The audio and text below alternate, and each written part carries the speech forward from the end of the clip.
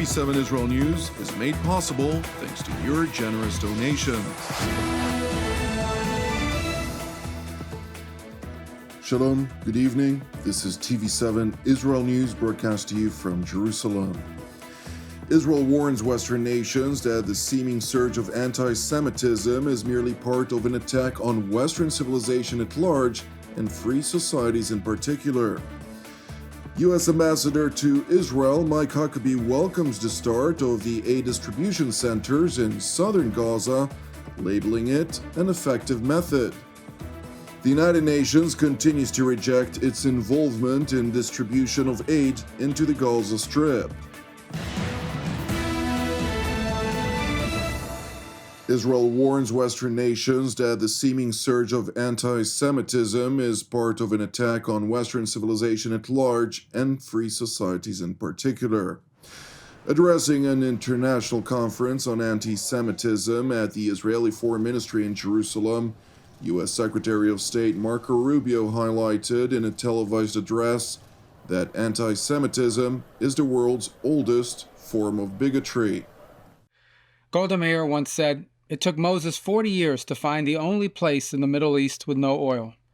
But Israel's wealth lay not under the ground, but in its people, the Jewish people, exiles, pilgrims, and dreamers from around the world who made the desert bloom into a high-tech superpower." Israel accomplished this miracle not by abandoning its history and identity, but by embracing them. Sadly, some of Israel's neighbors have failed to appreciate how following Israel's example could have brought prosperity to the region. Instead, they chose war. They decided to impoverish their people in a futile effort to destroy Israel. They succeeded in the former, while failing in the latter. Anti-Semitism is the world's oldest bigotry, and given that we are all here today, it is also the world's most futile. Egyptian pharaohs, Roman emperors, Persian shahs, and Middle Eastern despots have sought to destroy the nation of Israel. Adolf Hitler dreamed of a world without Jews, an idea he shares with Hamas. Today, these regimes and empires have crumbled into dust, but Israel stands, and the Jewish people prosper. I pray for the day when the entire world will recognize the futility of anti-Semitism, when leaders will abandon self-destructive hatred and forge a new future in partnership with Israel by building on the Abraham Accords. Under President Trump's leadership, there are signs that the future may be closer than we dared dream. But only if we can overcome the futile, persistent evil of anti-Semitism can we reach that future. Also addressing the international conference, Prime Minister Benjamin Netanyahu warned of the surge of anti-Semitism globally. Well, we have now a surge of anti-Semitism as we speak. And those who expected, after the tremendous anti-Semitic savagery of Hamas on October 7th, the most savage attack on the Jews since the Holocaust, that it would cause a decline of anti-Semitism, well, people who harbored those hopes have been wildly disappointed. Because what we see is the exact opposite. We see demonstrations, protests in the capitals of the West and other countries that celebrate these murderers, these rapists, these baby burners, these hostage takers. Celebrate them. We see not only the burning of Israeli flags, and this is consequential, you see the burning of American flags, British flags, Canadian flags, French flags. That's not an accident, because the people who are leading this charge are basically challenging Western civilization or free societies as we understand them. When you celebrate these killers, you're celebrating the complete breakdown of civilized society as we understand it. The Israeli premier went on to warn that the enemies of the civilized world aim to deny all free societies the ability to fight. Had they had their way, they would have slaughtered every man, woman, and child in this state, and every Jew around the world. They openly say that. Their patron, Iran, openly says that. As you have these talks now with Iran, between Iran and the United States. The Ayatollah Khamenei tweets, he's a great tweeter, by the way. He tweets, Israel has to be annihilated. The cancer of the Jewish state has to be uprooted. He's open about it. This is the scourge that we are dealing with. And of course, many are taken in by these protests or are cowed by them. More than anything is they're cowed by them. They fear them. They want to control the rampant attacks that are then directed at them for having relations with Israel, for having contacts. And what you try to do is you want to corral your victim, but in fact, your countries are the victim. Because what is being done is an attempt to deny Israel, and in fact to deny all free societies, the ability to fight these barbarians.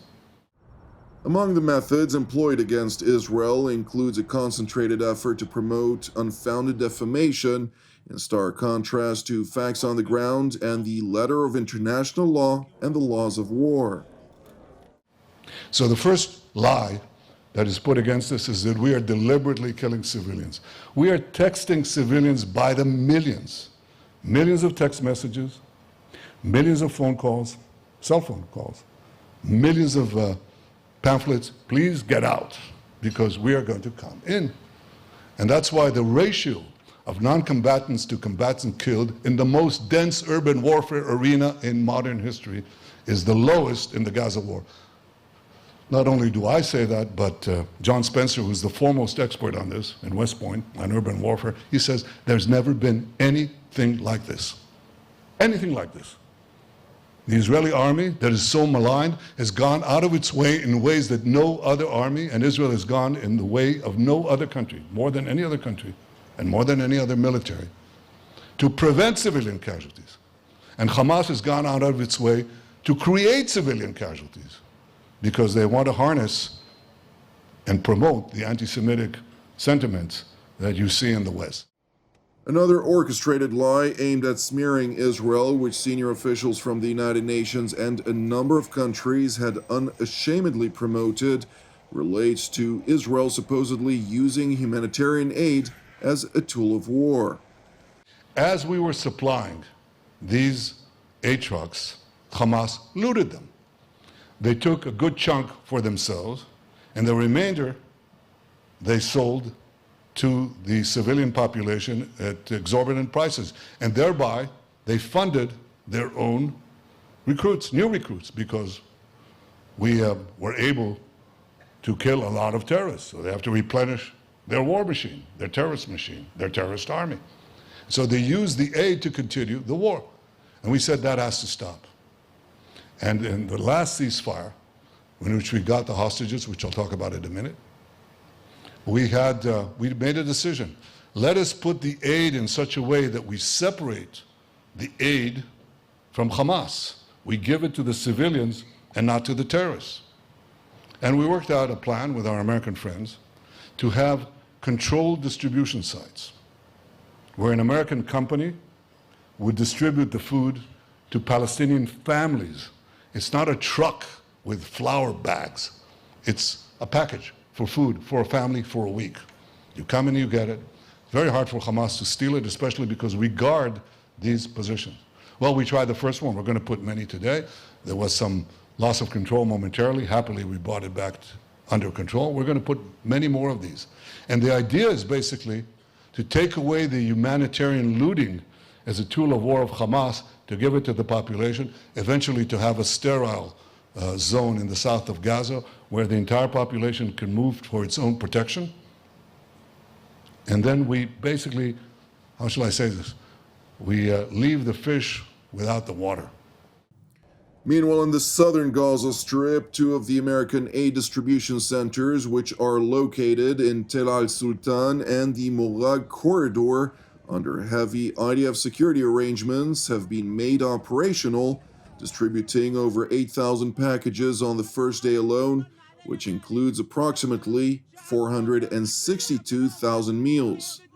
Meanwhile, U.S. Ambassador to Israel Mike Huckabee reacted to the distribution of aid, highlighting its effectiveness. I'm so glad it started officially yesterday. There were lines of people that got food. It was not stolen by Hamas. The manner in which it was distributed is effective so far. And I think it's really sad and disgusting that the United Nations and many of the organizations that claimed they wanted to feed people now stand on the sidelines and give Bronx cheers instead of applause and participation in the effort. So it's clear that their real goal was not for humanitarian aid. Their real goal was that they wanted credit for doing something. And now that it's being done around them, instead of participating, joining, and being a helping hand, they are a hurting hand, and that's unfortunate. It is important to highlight that the United Nations, which receives roughly 25% of its overall budget from the United States, continues to refuse taking part in the humanitarian aid distribution in the Gaza Strip, insisting that unless it takes the lead, in accordance with its own plans, it does not intend to participate in the distribution process. Turning to the situation in Gaza, and I can tell you that we have been watching the video coming out of Gaza around one of the distribution points set up by the Gaza Humanitarian Foundation, and frankly, these images are heartbreaking to say the least. As the Secretary General noted last week, we and our partners have a detailed, principled, operationally sound plan supported by member states to get aid to desperate population. We continue to stress that a meaningful scale-up of humanitarian operations is essential to stave off famine and meet the needs of all civilians wherever they are. It is important to note that the joint American-Israeli aid distribution plan further diminishes the relevance of the United Nations Relief and Works Agency for Palestine refugees, commonly referred to as UNRWA. Moreover, in light of UNRWA staff involvement in the atrocities committed on October 7th of 2023, the UN organization's ability to raise funds have been severely harmed, with countries such as Sweden already permanently halting financial support for the UN organization, and the United States maintaining a comprehensive freeze of funding as of mid-2024. Thank you for watching TV7 Israel News. With Ascension Day celebrations held tomorrow and the Feast of Shavuot celebrated on Monday of next week, TV7 Israel News will take a brief break with the aim of resuming our broadcast on Tuesday next week. However, in light of the situation, Jerusalem studio will air as usual on Friday on TV7 channels, and our daily Israel at War update will air tomorrow on TV7 Israel's social media platform and our international affiliates. I would like to seize this opportunity to also thank all of our TV7 family of supporters and wish you a happy feast. And please keep praying for the hostages in Hamas captivity who've endured already 600 days in the Gaza Strip. Pray also for the peace of Jerusalem and the salvation of Israel. I'm Jonathan Hassan, wishing you an Erev Mevorach, and God willing, we will see you during our next update. Until then, Shalom from Jerusalem.